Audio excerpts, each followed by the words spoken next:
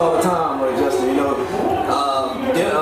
working with Ralph, man, he always talking Justin highly, of course, because he got the best start. So, of course, I'm always watching his videos, trying to see how I can perfect myself to be a better starter, watching technique, and just seeing what he's done over the years, and just the type of person he is.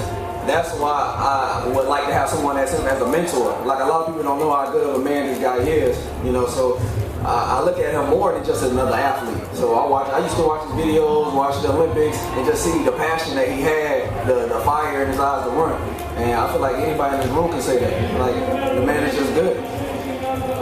Piggybacking off what Trayvon said, I was actually in Doha last year when he opened up with 974, and before the race, I probably watched every track race on YouTube from 1988 until 2015, and rewinding a few to see what he did, and because like you said, working with Ralph Mann, I work with him as well.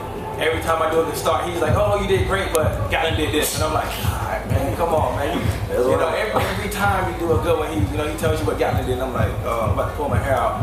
But it's definitely an honor to even be in the same playing field as someone as good as him, who's every race he's locked in and nails the start and executes his race.